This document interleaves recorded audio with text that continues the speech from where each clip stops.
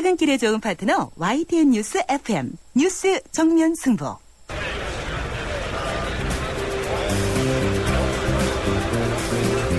그들의 이야기가 아닌 우리, 진짜 우리들의 이야기를 들어봅니다. 시장에서 만난 오늘의 민심, 시장의 소리. 안녕하세요. 농국시장에 반찬 사러 온 주부 구경자입니다. 수능 시험을 보고 있을 전국의 수험생 여러분, 한 해 동안 고생 많이 했어요. 오늘 긴장하지 말고 좋은 결과가 있었으면 좋겠네요. 올해는 많이 안 추워서 다행이고요. 시험 끝나고 마음 편안하게 푹 자고 결과는 좀 나중에 생각해도 될 것 같아요. 그동안 공부하느라 못한 문화생활도 좀 하고 멋도 좀 부리고 재미나게 지냈으면 좋겠습니다. 입시 제도가 자주 바뀌는 것 같아요. 학생들도 학부모도 혼란스럽고 사교육에 의존할 수밖에 없는 것 같아요. 입시 제도가 변화보다도 안정됐으면 좋겠습니다.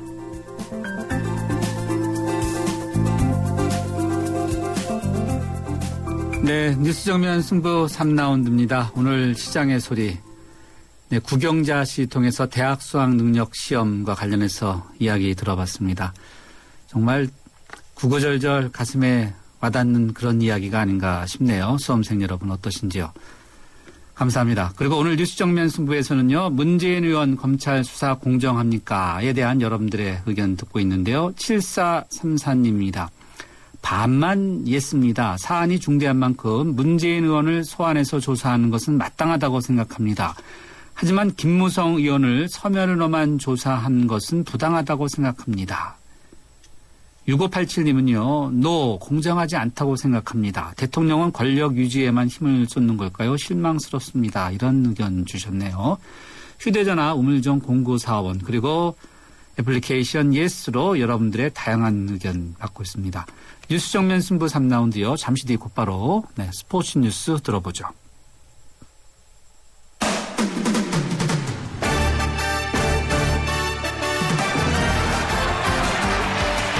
네, 스포츠 소식 알아보겠습니다. 일간 스포츠의 이은경 기자 연결돼 있습니다. 이 기자 안녕하세요.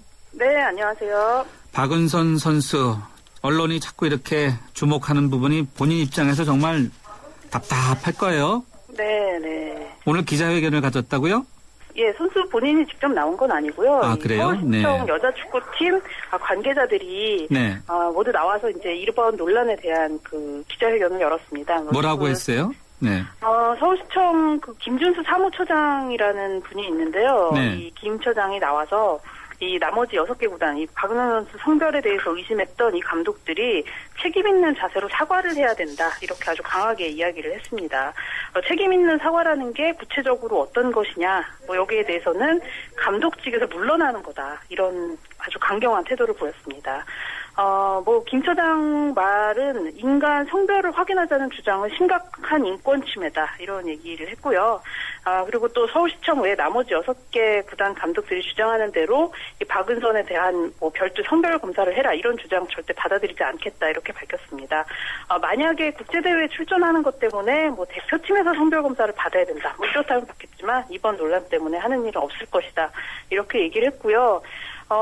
사실 이번 논란에 대해서 6개 구단 감독들이 이런 파문이 커지니까 이거는 박은선에 대해서 우리가 공식 문제 제기를 한 게 아니라 사석에서 농담처럼 나온 얘기다. 이러면서 좀 발을 뺐거든요. 네. 그런데 오늘 서울시청 관계자들이 문서를 공개를 했는데 이 문서에 따르면 이미 6개 구단 감독들이 이 박은선 선수 성별을 문제 삼는 안건을 문서화해서 이 연맹에 제출을 했고요. 이 성별 검사해서 밝히지 않으면 리그 보이콧하겠다. 이런 내용도 여기에 다 담겨 있었습니다. 서울시청 이번 건에 대해서 인권위에 진정서를 제출하겠다고 밝혔고요. 향후 법적 대응도 불사하겠다는 입장입니다. 네. 해외 언론도 많이 보도하더라고요. 네. 네. 인권 문제. 네. 6개 구단 감독들이 좀 놀랬겠어요. 네. 네. 근데 사실 감독들이라면 전술 짜고 이런 것도 하는 분들이지만 선수들 가르치는 지도자들이거든요. 그런데 자신들의 어떻게 넓게 보면 제자이기도 한 박은선 선수한테 이렇게 하는 건 좀 너무한 처사였죠. 예, 알겠습니다. 이번에는 중국으로 한번 가볼까요? 중국의 수영 대표 선수죠. 순양 선수. 우리 박태환 선수를 항상 겨루는 선수죠. 네네. 근데 이 선수가 왜 국가대표 자격이 박탈됐나요? 예, 뭐 중국에서 좀 해프닝이 있었는데요. 뭐죠? 순양 선수가 지금 이제 만으로 22살이고 대학생입니다. 네. 그런데 최근에 무면허 운전을 하다가 구류형을 받았다고 합니다. 아, 그래요? 예, 네. 중국 언론이 어제 오후에 보도를 했는데요. 네. 순양이 지난 3일에 이 중국 항저우에서 무면허 운전을 하다가 시내버스를 들이받아서 사고를 냈다고 해요. 그런데 이 순양이 다니고 있는 저장체육학교는 이 순양한테 무기한 대회 출전 정지 처분을 내렸습니다. 굉장히 중징계고요. 앞으로 순양이 국가대표로서 훈련과 활동도 하지 못하게 됩니다. 순양이 지난해 그 런던 올림픽에서 남자 자유형 400m 박태환 선수 제축 금메달 땄고요. 올해 여름에 그 수영 세계 선수권 대회가 열렸는데 여기서 남자 자유형 400, 800, 1500m 다 우승하면서 3관왕에 올랐습니다. 그런데 이렇게 승승장구하니까 최근에는 좀 학교 훈련에도 자주 빠지고 개인 행동 때문에 부설에 좀 올랐다고 하는데요. 결국은 무면허 운전 때문에 대표 자격까지 취소가 됐습니다. 만약에 순양에 대한 중징계가 올해 가서 내년 인천 아시안 게임까지 못 나온다면 사실 박태환한테는 좀 굉장한 호재인데요. 하지만 과연 그렇게 될지는 좀 지켜봐야 됩니다. 네. 예, 상대편의 불행을 뭐 호재다 이렇게 말하면 또 이것도 문제가 될 수도 있을 것 같긴 한데. 네. 네네. 일단 중국이 이런 순양 선수의 무면허 운전, 올바르지 않은 이런 태도에서 아주 엄격한 이런 엄벌을 내렸다는 부분들에 대해서 참 놀랍나요? 네. 예, 그렇죠. 예. 다음 프로야구 소식 간단히 좀 들어볼까요? 기아의 윤성민 선수죠. 윤성민 네. 선수가 미국 CBS 스포츠 선정 FA 구원투수 10골에 올랐다고요? 네, 윤성민 선수가 이제 올 시즌 끝으로 FA 자격을 얻어서 메이저리그 진출 타진하고 있는데요. 미국의 CBS 스포츠가 오늘 인터넷 기사에서 올해 FA가 되는 주요 구원투수 10명을 소개했습니다. 여기서 이제 메이저리그의 존 네이션, 브라이언 윌슨 이렇게 대표적인 마무리 투수 이름을 거론했는데요. 10번째 마지막으로 윤성민의 이름까지 나왔습니다. 윤성민의 올 시즌 그 성적, 그 프로야구에서의 성적도 굉장히 자세하게 소개를 했고요. 아마도 메이저리그에 윤성민이 온다면 선발 또는 구원 투수로 뛸 것이다. 이런 전망을 했습니다. 좋은 소식이네요. 네. 네. 네, 알겠습니다. 오늘 스포츠 소식 여기까지 듣겠습니다. 고맙습니다. 네, 감사합니다. 지금까지 일간 스포츠의 이은경 기자였습니다. 네, 교통상황 알아보겠습니다. 박화영 캐스터. 네, 수학능력 시험 때문인지 도로 곳곳이 괜히 더 바빠 보이기도 합니다. 이렇게 차들이 좀 많다 보니까 사고 소식도 자연스럽게 더 잘 들려오는데요. 성수대교는 북단에서 남단 쪽으로 8분 전에 사고 있었습니다. 2, 3차로상에서 추돌사고가 있었기 때문에 북단에서 남단 쪽으로는 조금 더 조심히 지나셔야겠습니다. 도심에서는 종로가 오가에서 신설동 쪽으로 밀리고 있고요. 반대쪽으로도 신설동에서 동묘 앞까지, 종로 2가에서 세종대로 사거리까지 답답하게 지납니다. 또 통일로는 동명여자고등학교에서 홍은사거리까지, 반대 구파발 쪽으로도 경찰청에서 홍은사거리, 질병관리본부에서 연신내역 쪽으로 구간 답답하게 움직입니다. 뉴스 정면 승부 교통정보였습니다.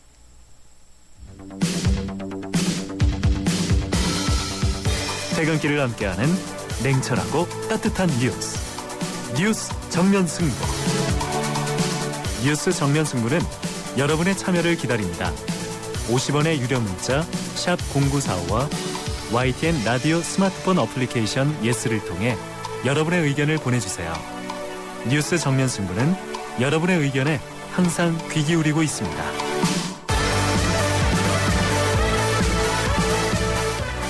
네, 뉴스 정면 승부 3라운드 세 번째 정면 인터뷰 함께 하시겠습니다. 오늘 전국에 65만 명이 응시한 2014학년도 대학 수학능력 시험이 치러졌는데요.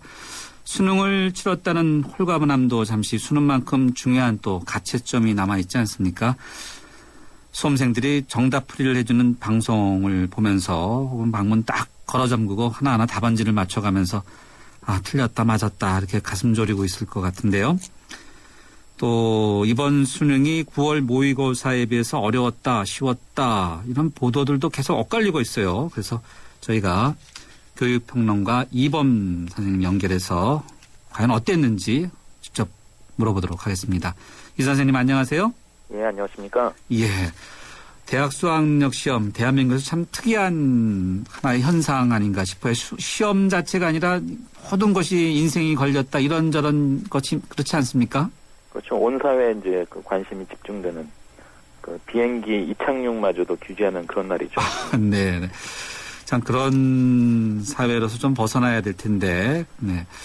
언론이 관심을 가질 수밖에 없는 건데요, 수능. 전반적으로 어떻게 보세요? 시험이 네, 어땠는지요? 네. 이번에 이제 수험생들에게 굉장히 주의시키고 싶은 것이요. 네. 내일 조간신문까지의 그 난이도 그 추정에 대해서는 신경 쓰지 마시기 바랍니다. 왜요? 왜냐면 전문가들도요, 사실 네. 그 난이도가 작년이나 예년 대비 어쨌는지를 네. 정확하게 판정하는 게 참 어렵습니다. 아, 그래요? 네. 종종 실수를 많이 했고요, 여태까지. 예. 심지어 이제 과거에는 수능 출제위원장이 네. 뭐 예전보다 좀 쉽긴 했다 이렇게 이제 얘기를 했는데 네. 자기 점수가 생각보다 안 나와서 자살한 학생이 하나 있었습니다. 아, 근데 실제로 그렇군요. 이제 나중에는 이제 뚜껑을 열고 보니 네. 더 어렵게 출제된 것으로 판정된 네. 경우도 있었죠. 네. 근데 이제 내일 오후부터는 좀 신뢰도 있는 기사들이 나올 겁니다. 왜냐하면 네. 내일 이제 각 학교와 이제 재수 학원 이런 데서 네. 가채점을 할 거거든요. 네. 가채점을 이제 해보고 집단적으로 비교해 보면 예. 비교적 정확한 데이터가 나올 수 있죠. 아, 그렇군요. 그러니까 내일 오후 이후에 기사가 좀 신뢰도 있는 것이다 이렇게 판단하시면 되겠습니다. 네, 아주 중요한 이야기네요. 그래서 그런가요? 오늘 보도 내용들을 이 시각까지 제가 이렇게 계속 체크해 보니까 9월 모의고사에 비해서 비슷했다, 쉬웠다, 어려웠다가 계속 좀 바뀌고 있어요. 지금 보니까. 네. 그렇죠. 이게 명확하게 판정하기가 처음에 보면 쉽지 않습니다. 네, 내일 오후 가채점 결과를 보는 것이 비교적 정확하다. 예, 그렇습니다. 예. 난이도 조절 어떻습니까? 항상 난이도 조절을 한다고 하지 않습니까? 이 시험을 출제하는 교육과정 평가원에서는요. 그렇죠. 그래도 최근 몇 년간은 난이도 조절에 크게 실패한 적은 별로 없었던 것 같습니다. 2000년대 초중반까지는 네, 뭐 어렵게 낸다고 했는데 갑자기 쉽게 나온다든지 네, 반대로 이제 쉽게 낸다고 얘기했는데 이제 어려워진다든지 예, 이런 아주 황당한 경우들도 있었거든요. 예, 그래도 이제 최근 들어서 정확하게 이제 2005학년도부터 6월과 9월에 모의고사를 수능을 출제하는 기관인 교육과정평가원에서 출제를 하고 있죠. 네, 이렇게 이제 이 수능 출제 기관에서 직접 모의고사를 이제 출제하면서 난이도를 좀 맞춰 나가면서부터 2000년대 후반부터 이제 난이도 조절이 과거만큼 크게 실패한 사례는 이제 별로 없었습니다. 예. 네. 그럼에도 불구하고 개인이 느끼는 것은 당연히 다르겠죠. 물론이죠. 네.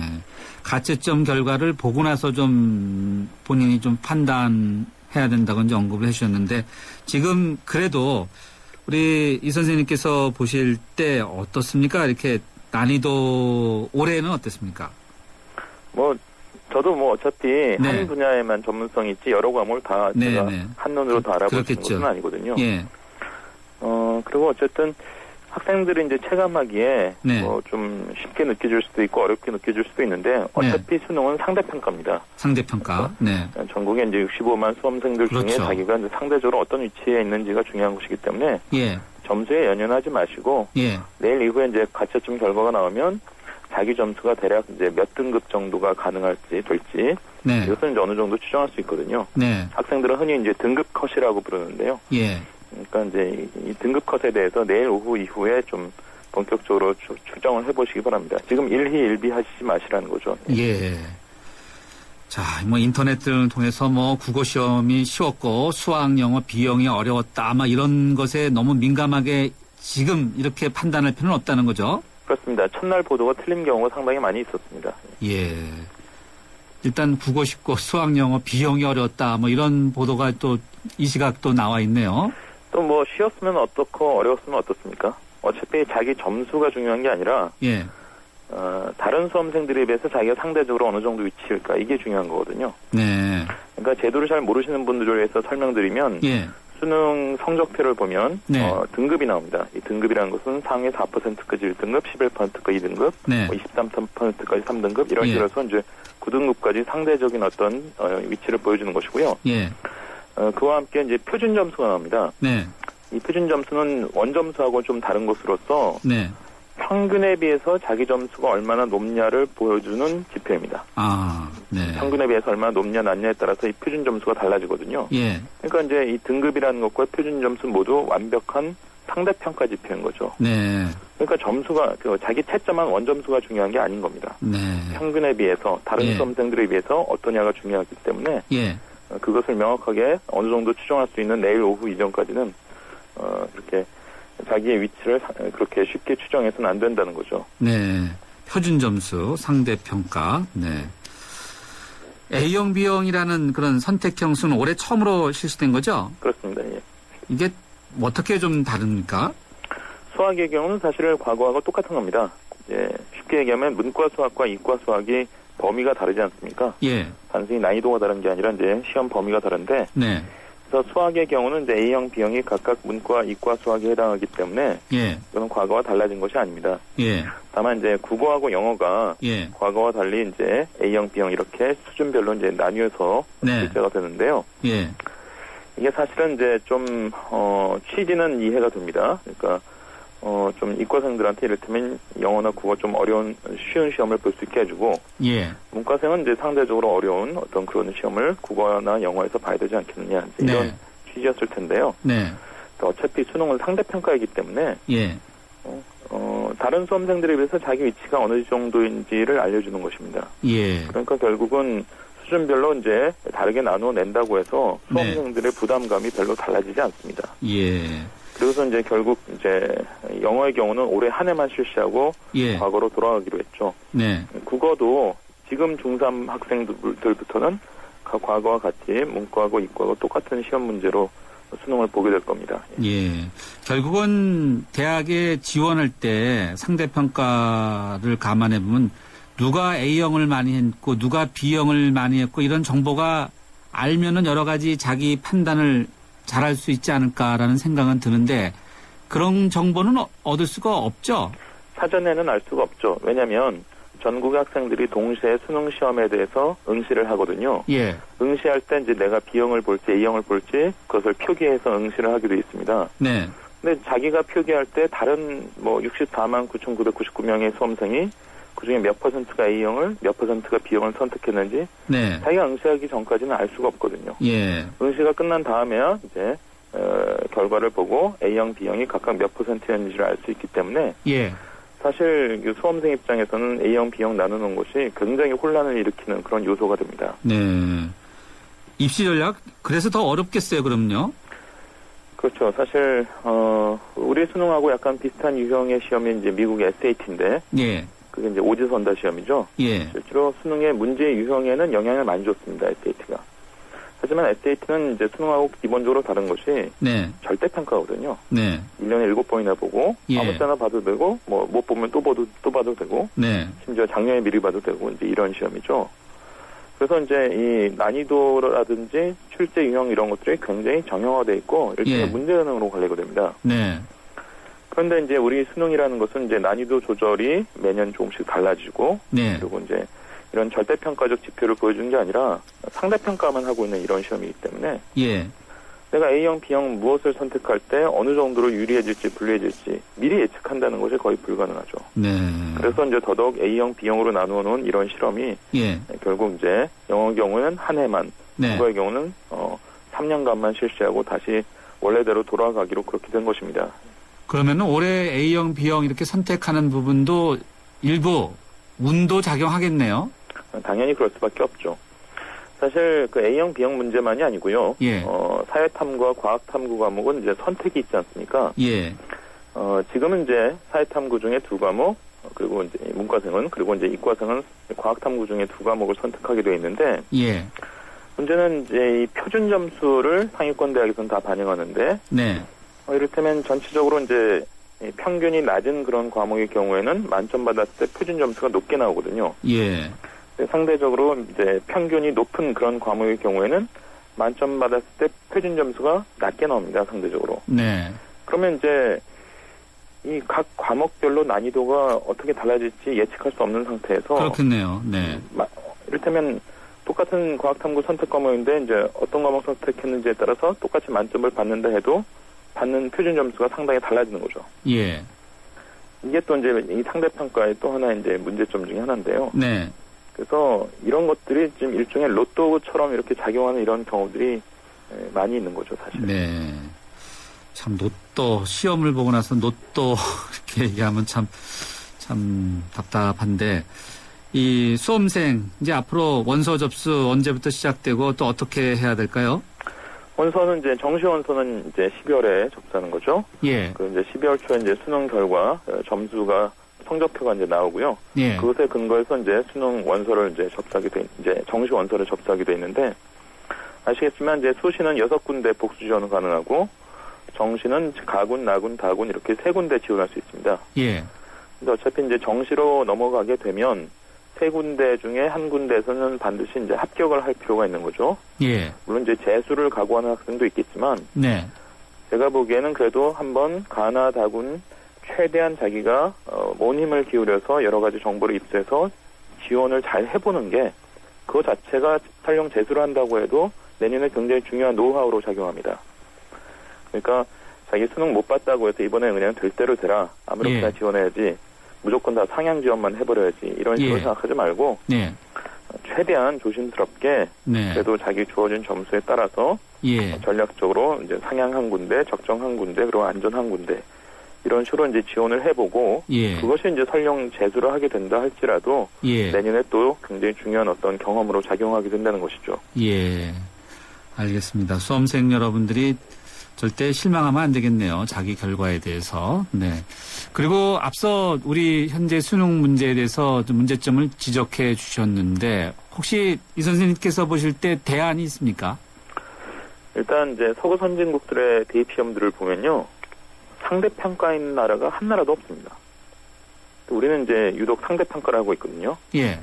그러니까 시험을 쉽게 내도 수험생 입장에서는 여전히 부담스럽습니다. 왜냐하면 어차피 경쟁자를 제쳐야 되기 때문이죠.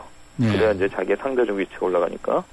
근데 이제 절대평가로 이제 실시를 하게 되면 어쨌든 자기는 그냥 요구된 수준에만 도달하면은 그것으로 끝나는 것이니까 예. 사실 절대평가로 이제 빨리 전환을 해야 되는데요. 예. 마침 정부가 이제 올해 중3 학생부터 한국사, 즉 국사를 필수 과목으로 지정하지 않았습니까? 네. 네, 이것을 이제 9등급 절대평가로 바꾼다라고 발표했습니다.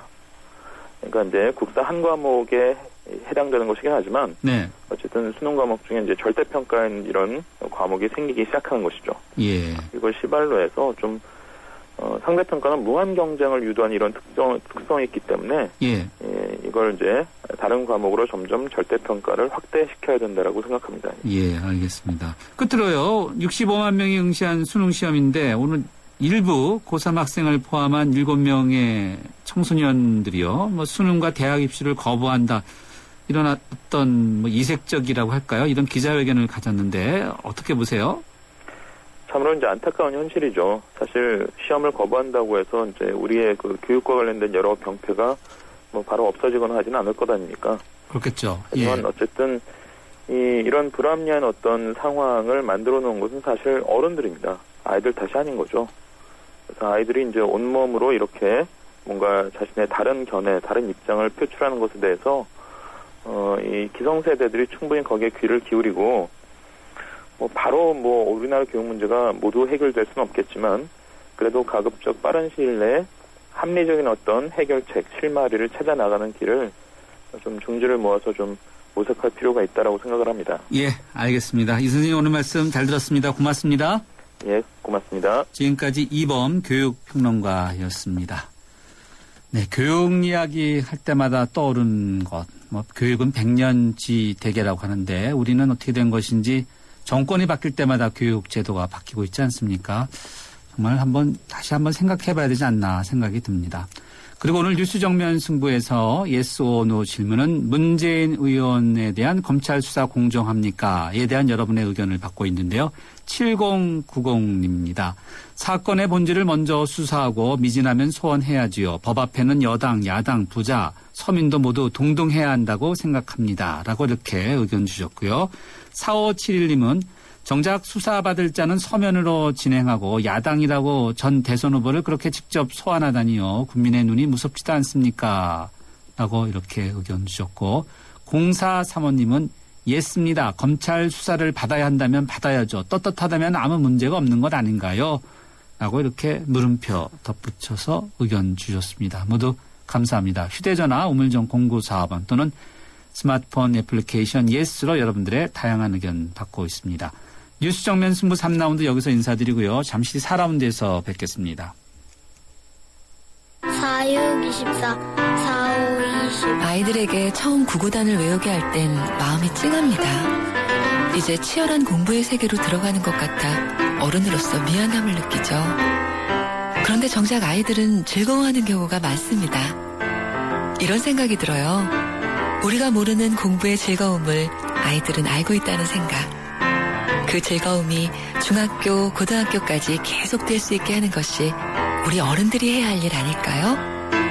아이들을 잘 부탁합니다. 아이들이 만들어갈 미래를 잘 부탁합니다. 이 캠페인은 공부를 한다. 대교와 함께합니다. 살아있는 뉴스 깨어있는 방송 한국의 뉴스 채널 YTN 뉴스 FM. 네, 뉴스 정면 승부 4라운드 문을 열었는데요. 여러분과의 대화창 휴대전화 우물정 0945번 애플리케이션 예스로 활짝 열어놓고 있습니다. 뉴스 정면 승부 4라운드 잠시 뒤 경제 뉴스부터 살펴보겠습니다. 골든타임이 시작된다. 노후 준비와 골드바의 행운을 동시에 해피에이지 100 이벤트. 세제 혜택은 물론 연령 제한 없는 현대에이블 신연금 저축펀드에 가입하고 상품권과 골드바의 행운을 잡아라. 12월 31일까지 홈페이지 참조. 에이블 현대증권. 투자 손실에 유의하세요.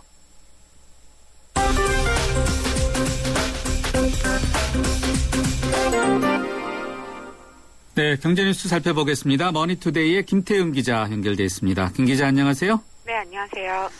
논란이 되온 토익과 토플 등 외국어 시험 사업자들의 환불 수수료 횡포 문제, 여기에 대해서 공정거래위원회가 시정명령을 내렸다고요? 네. 토익 주관사인 YBM과 토플 주관사인 미국 ETS 등 7개 어학시험의 접수 사이트 사업자에 대해서 환불과 관련한 전자상거래법 위반 행위를 시정하도록 했습니다. 이들 어학시험 주관사들은 접수일부터 7일 이내에 신청을 취소할 경우에 전액 환불해줘야 하는 규정을 어기고 최대 60%까지 취소 수수료를 부과해온 것으로 드러났습니다. 특히 인터넷 뱅킹 등으로 결제한 뒤에 시험을 취소할 경우 취소 수수료 외에 결제 대행 수수료까지 부과한 곳도 있었습니다. 환불을 받지 못한 피해자들은 전자거래 분쟁조정위원회에서 분쟁조정 신청을 내면 피해를 구제받을 수 있습니다. 네, 그렇군요. 네. 그동안 피해를 본 사람들은 어떻게 되나 그게 문득 떠오르네요. 네. 이번에는 은행권으로 한번 가보죠. 정기예금의 인기가 줄어들고 있다고요? 네, 그렇습니다. 4대 시중은행의 정기예금 잔액이 지난해 말 362조 원에서 지난해 말 362조 원에서 지난달 말 359조 원으로 3조 가까이가 빠져나갔습니다. 반면 요금불 예금은 188조 원에서 12조 가까이 늘어나서 200조 원에 육박하고 있습니다. 정기적금도 6조 원 가까이 늘었습니다. 이처럼 정기예금 잔고가 줄고 있는 것은 투자 대상이 마땅치 않은 데다가 예대금리 차이가 줄고 있기 때문인데요. 은행들은 특히 예금 금리를 굉장히 낮게 적용하고 있어서 실제로 1% 안팎의 물가 상승률과 이자 소득세를 고려하면 제로금리에 가깝다는 지적입니다. 제로금리요. 은행에 돈을 둬봐야 저축을 네. 해봐야 별 득될 게 없다는 거네. 그러니까. 손해인 네. 거죠, 오히려. 손해다. 네. 네. 일본이 그런데요. 그렇습니다. 네. 일본 관련 이야기 좀 덧붙여 보죠. 일본의 방사능 오염수 누출 문제로 일본산 수산물에 대한 불안감이 여전하지 않습니까? 네. 그런 이유 때문입니까? 아니면은 다른 이유가 있는지 모르겠습니다만요. 육류 소비가 굉장히 많이 늘고 있다고요, 우리나라에서? 네, 그렇습니다. 한국농촌경제연구원이 그 소비자 660명을 대상으로 수산물 소비량에 대해서 설문조사를 했는데 이 방사능 오염수 누출 문제 이후에 수산물 소비량을 줄였다는 응답자가 전체의 77.5%를 차지했습니다. 또 이 대답을 한 응답자 중에서 40%는 수산물 대신 육류 소비량을 늘렸다고 답했습니다.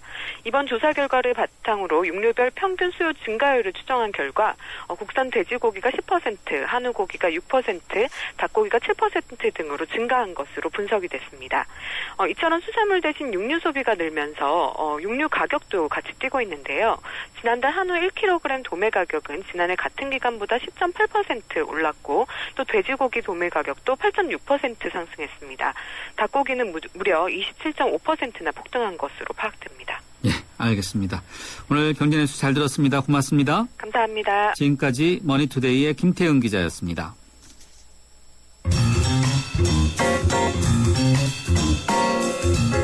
뉴스 정면 승부가 들여다보는 조금 다른 국제뉴스. 더 큰 세상으로 안내합니다. 세계를 보는 창.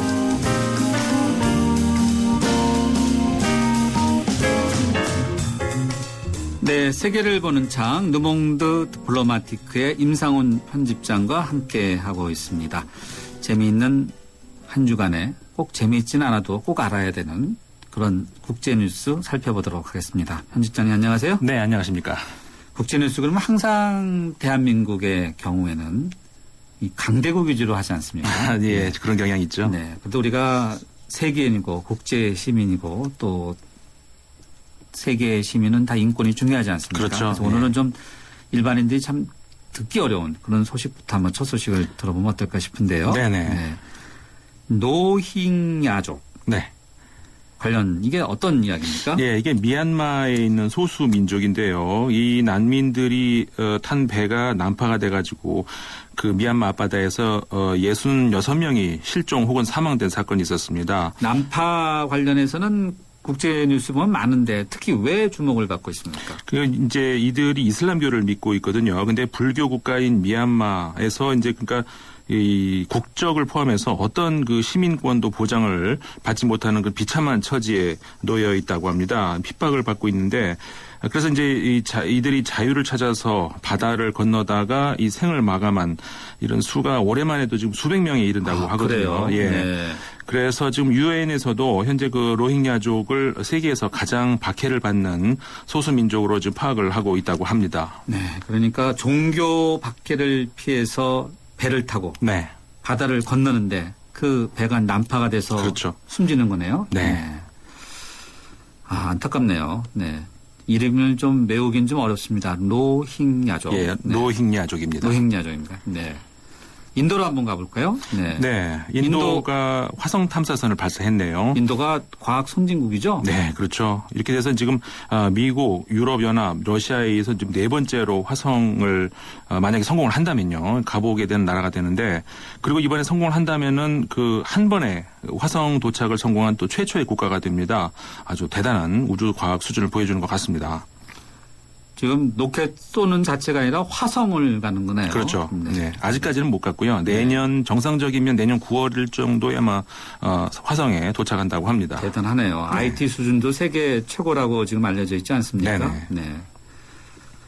결국 우리나라 문제로 되돌아와야 될 것 같은데 북한 핵 문제 이게 항상 한반도 문제의 걸림돌 아닙니까? 네, 그렇죠. 네. 이 문제를 풀기 위한 것이 남북한 그리고 주변국을 포함한 육자회담이 있는데 그렇죠. 육자회담이 계속해서 지금 공전하고 있죠? 네, 그렇습니다. 근데 이제 뭐 좀 좋게 뭔가 풀릴 가능성이 보이는 것 같기도 한데요. 중국의 그 우다웨이 육자회담 대표가 지금 아주 바쁩니다. 러시아, 미국, 북한을 지금 계속 부지런히 다니고 있는데 지난 9월 이후에 지금 중국이 좀 의욕을 가지고 이 육자회담을 재개시켜 보려고 좀 노력을 하는 것 같이 보입니다. 그래서 이 조만간 성과가 나오지 않을까. 아마 지금 이 시간에도 그 우다웨이 대표가 북한에 있는 걸로 알고 있는데요. 네. 조만간 성과가 나오지 않을까 기대가 되고 있습니다. 네. 우리 측 입장은 북핵 문제에 대해서 가시적인 것이 확실히 나오지 않으면은 하여간 육자회담은 반대한다. 과거보다도 좀 더 이렇게 명확한 입장을 갖고는 있는데 이 북한이 뭔가 좀 입장을 바꿔야 되지 않나. 네, 좀 전향적인 자세가 그렇죠? 필요한데요. 네. 좀 더 지켜봐야 되지 않을까 생각은 듭니다. 그러나 또 기대는 되죠. 네, 그렇죠. 유럽으로 가보죠. 유럽. 이 기자들이 항상 취재 현장을 가지 않습니까? 그렇죠. 네, 그러다가 기자들이 숨지는 경우가 비일비재한데. 네. 좀 안타까운데. 예, 어떤 일이 또 벌어졌습니까? 프랑스의 기자 2명이 지난 2일이었습니다. 그 라디오 기자가 아프리카의 말리에서 피살당한 일이 있었습니다. 취재를 갔다가 그러니까 인터뷰를 마치고 돌아오는 길에 피살을 당했는데 이게 이제 그 인질이 아니었습니다. 인질이 아니라 납치 당하자마자 바로 그 자리에서 살해된 것으로 알려지면서 지금 프랑스에서 충격으로 좀 받아들이고 있는데요. 그래서 현재 그 말리 그리고 이제 프랑스 정부가 관련자 색출을 하고 있다고는 하는데 오늘 들어온 소식은 그 알카에다의 그 조직이 그 하부 조직이 자신들의 소행이다 이렇게 밝혔다고 합니다. 그 이야기는 결국 아주 의도적으로 네. 프랑스를 향해서 그렇죠. 테러를 네. 했다고 봐야 되는 거네요. 현재 그 말리에 그 프랑스 군대가 주둔하고 있거든요. 아, 그렇군요. 네. 네. 자, 이게 이번에는 이제 도청 문제 좀 더 알아볼까요? 네. 도청 이야기가 뭐 계속해서 끝이 없네요. 끝이 없네요. 예. 네. 감자 캐내는 것 같은데, 고구마 캐내는 것 같은데, 죄송합니다. 네. 고구마죠. 네. 그, 미국에 의해서 영국도 지금 독일 총리를 도청한 것으로 드러났습니다. 예. 이 주 베를린의 영국 대사관이 그 도청 본부로 지목을 받고 있는데요. 예. 그러니까 이 자리에서 그 독일 총리를 비롯해서 정부 기관 인사들의 휴대전화 그리고 와이파이를 통해서 그 정보들을 캐냈다고 합니다. 특히 더 깜짝 놀란 일은 미국이 그 도청했다는 사실이 발각이 되면서 미국이 그 도청 행위를 멈춘 그 이후에도 계속해서 영국은 도청을 해왔다고 합니다. 영국도 그렇고 미국도 그렇고 안 하는 나라가 없네요. 네, 그러네요. 좀 대단한데 이거 좀 어디까지 밝혀질지 좀 겁이 납니다. 네. 자, 우리나라도 한번 다시 한번 돌아와 볼까요? 우리나라 이야기죠, 이게 사실. 우리나라가 오늘 이제 대학 수학 능력 시험이 있었는데, 그렇죠. 오늘 한국 교육 이런 집중적인 주입식 교육, 아주 경쟁이 치열한 거, 이런 한국의 교육에 대해서 유럽, 특히 스웨덴에서 논쟁이 있다고요. 왜 그렇습니까? 예, 이게 처음 시작이요. 그 스웨덴의 제1야당인 3인당의 로벤 대표가 한국에 다녀간 이후에 이 한국 교육 예찬론을 폈답니다. 이게 발단이 된 건데요. 네. 한국 교육 참 좋다. 근데 우리는 왜 이러냐? 뭐 이런 식이었는데. 네. 그러니까 그 부총리 겸 교육부 장관이 기고문을 통해서 그 반박을 했다고 합니다. 뭐라고요? 한국 교육 비판론을 핀 건데. 예. 한국은 한국 교육을 이렇게 배워야 되느냐. 이 학생들이 그렇게 일주일에 60시간씩 공부하고 그렇게 되는, 그리고 대학 평가도 지금 스웨덴 대학보다 떨어지고 있는데 뭘 배우라는 얘기냐. 이렇게 이제 반박을 한 겁니다. 네. 그래서 이제 때 아닌 그 스웨덴에서 한국 교육 뭐 배워야 되나 말아야 되나 이런 논쟁이 벌어지고 있다고 합니다. 사교육에 대해서 배우자는 건가요? 네. 이웃나라 일본 이야기 좀 해보죠. 아베 정권 참 우익을 넘어서 극우라고 지금 이야기되고 있지 않습니까? 네네. 네. 지금까지 집단적 자위권의 정당성을 위해서 그 헌법 재해석을 뭐 하겠다 이게 논란. 그다음에 뭐 자기들이 직접 그 독도에 그 홍보 영상을 제작해가지고 유튜브에 올린다던가. 뭐 전쟁 위안부를 부정한다던가 뭐 야스쿠니 참사 그다음에 최근에 있었죠 그 미쓰비시 근로정신대에 배상하라 이제 판결이 나왔는데 이 사법부의 판결에까지 좀 일본 재계가 반발을 하면서 그러니까 완전히 좀 초법적인 그런 좀 발상을 하고 있는데 이런 그러니까 과거 그 전범 국가로서 책임지는 그런 책임 있는 자세 이런 것들을 좀 포기하고 있습니다. 급기야는 지금 일본 정부 일각에서는요. 이제 한일 관계를 좀 접을 때가 되지 않았나. 차라리 그 자리에다가 중일 관계를 좀 더 돈독히 할 필요가 있지 않나. 이런 말까지 지금 나오고 있다고 합니다. 말은 나오고 있는데 가능할까 모르겠어요. 중국과 이런 다오유다오인가요? 그렇죠. 중국명, 네. 일본명은 생각보다 네, 답은 좀 감정적인 뭐 그런 선 분쟁도 있지 않습니까? 그렇죠. 네. 그래서 중국과 일본이 같이 하는 그 가치. 뭐 시장 경제 이런 거는 적지 않습니까? 한국과 네. 일본은 시장 경제라든지 그렇죠, 아무래도. 인권 문제라든지 다 네. 같이 하고 있음에도 불구하고 참 이해가 안 가요. 일본 정부 현재 아베 정권 특히 반역사적이고 또 반인륜적 아니겠습니까? 네, 그렇죠. 그래서 이제 그런 우리가 보기에 좀 상식적으로 이해가 안 간다. 또 이런 뭐 그럴 수가 있냐 이런 이제 이야기들이 많이 나오는데 그런 어떤 감정적인 정서적인 이런 데에서 벗어나서 좀 차분한 분석 또 어떤 그 장기적인 대책 이런 것들이 필요하지 않는가 이런 지적들도 나오고 그렇죠. 있습니다. 그런 면에서 보면 또 우리 정부가 항상 좀 비판을 받아요. 좀 이중적인 태도를 취하고 그렇죠. 있는 게 아닌가. 일본에 대한 외교 노선에 대해서는요. 네, 그렇습니다. 그래서 지금 현재 일본이 왜 이렇게 불안해하고 그 과거의 기억을 지우려고 하고 또 뭔가 다른 걸로 있던 불안감을 중화하려고 하는 그러니까 전형적인 어떤 강박증을 좀 보이고 있는데 차분히 좀 들여다볼 필요가 있습니다. 그래서 이제 이런 거를 보기 위한 키워드라고 할 수 있는 것이 바로 이 천황 그리고 헌법인데요. 이 천황. 일본 사람들은 이제 천황 텐노라고. 그렇죠. 일본에서 그렇게 하고. 이제 일왕이죠 뭐. 네, 일본의 왕인데. 예. 그 일본이 그러니까 이게 좀 역사를 들여다보면요. 20세기 초에 있었죠. 그 전쟁에서 패배한 이후에 사실상 준비되지 않은 전후 대책을 마련해야 되는 그런 입장에 놓여 있었죠. 그래서 이제 갑자기 무조건 항복을 한 처지였기 때문에 그 국제사회 요구를 수용해야 되는 그런 입장에 있었습니다. 그래서 당시 국제 여론이 일본의 군국주의 야심을 꺾기 위해서는 천황제를 없애야 된다. 이제 이거였는데요. 특히 이제 소련이라든가 오스트레일리아, 뉴질랜드 이런 데 국가들이 강하게 주장을 했었는데 근데 이제 문제는 당시 일본인들의 뭐 거의 전부라고 할 수 있는 절대 다수가 이 천황이 없는 일본을 상상할 수 없다. 이런 거였습니다. 그래서 이제 당시 일본 사회의 그 빠른 안정화를 원했던 메가더 장군의 고민도 거기에 있었고요. 그리고 또 이제 혹시라도 천황이 제거될지 모른다. 이런 불안감에 전전긍긍하던 일본 그 정치권 수뇌부의 고민. 이게 이제 메가더 장군의 고민하고 맞아떨어지게 된 겁니다. 그래서 이제 천황제를 유지하는 대신에 앞으로 그 차후 아예 일본이 군대를 못 만들게 하자. 이렇게 합의가 된 거죠. 그래서 탄생한 것이 바로 소위 말하는 평화헌법입니다. 평화헌법을 그런데 고치려고 하고 있죠. 네, 그렇습니다. 그 일본에서 왜냐하면 이제 군사 그리고 외국으로 파견할 수 있는 그런 근거를 마련하기 위해서면은 이제 그게 필요하기 때문에 지금 그거를 고치려고 하고 있는 중인 겁니다. 집단적 자유권도 다 맞물려 있는 거네요. 네, 그러니까. 그렇죠. 거기에 다 맞물려 있는 겁니다. 예. 자, 군사력이 없는 대신 또 안보는 미국에 의존해서 네. 또 그렇게 해서 또 경제 발전을 해오지 않았습니까? 네. 그게 이제 바로 그 요시다 독트린이라고 하는 건데 그러니까는 이제 그 전후에 요시다 총리 당시에 그러니까 이게 아소다로 현 부총리의 외할아버지입니다. 그래서 요시다 총리가 주도하는 그 일본의 전후 그 위상을 결정짓게 되는 것이 바로 이 요시다 독트린이라고 할 수가 있는 거죠. 이게 1990년까지 유지되어 오면서 그 일본의 그 소위 말하는 그 미들 파워 그러니까 말씀하신 것처럼 미국의 우산 아래에서 눈부신 경제 성장을 이루게 된 거죠.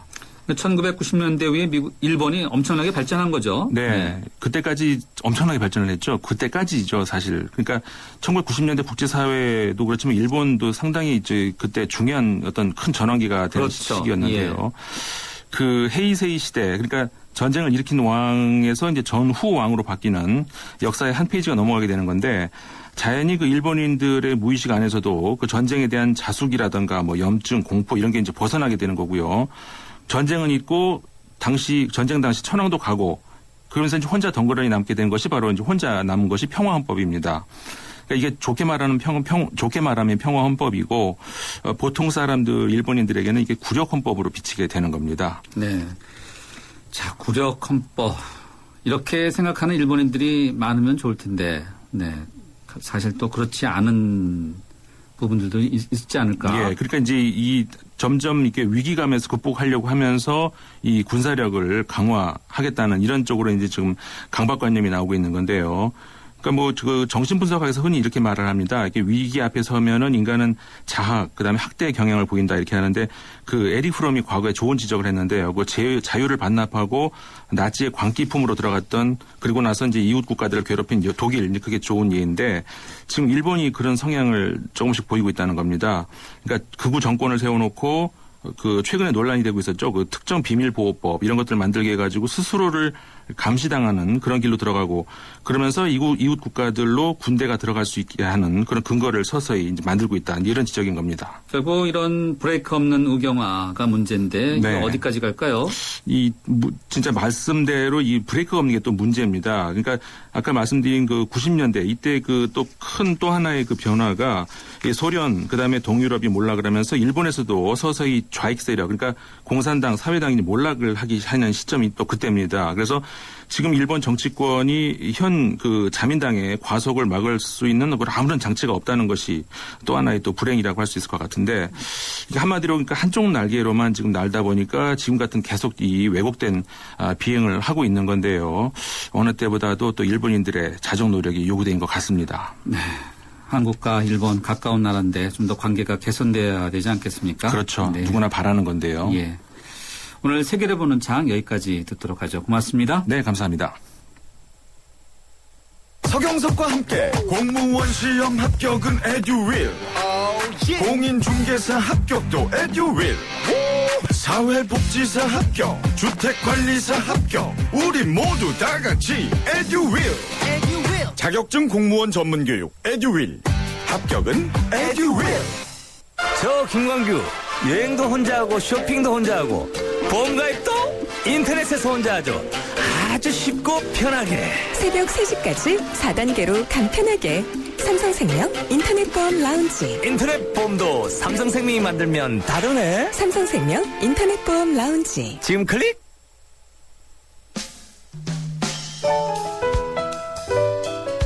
네, 오늘 선물 받으신 분 3분의 당첨자 뽑았습니다. 휴대전화 끝자리 7068님, 8159님, 8579님입니다. 제작진이 따로 연락드리겠습니다. 11월 7일 목요일 뉴스 정면 승부, 저희가 준비한 라운드는 여기까지인데요. 프로듀서 신아람, 기술감독의 백은지, 남인민, 작가 정선임, 정은지, 진행해줘 김상우였습니다. 고맙습니다.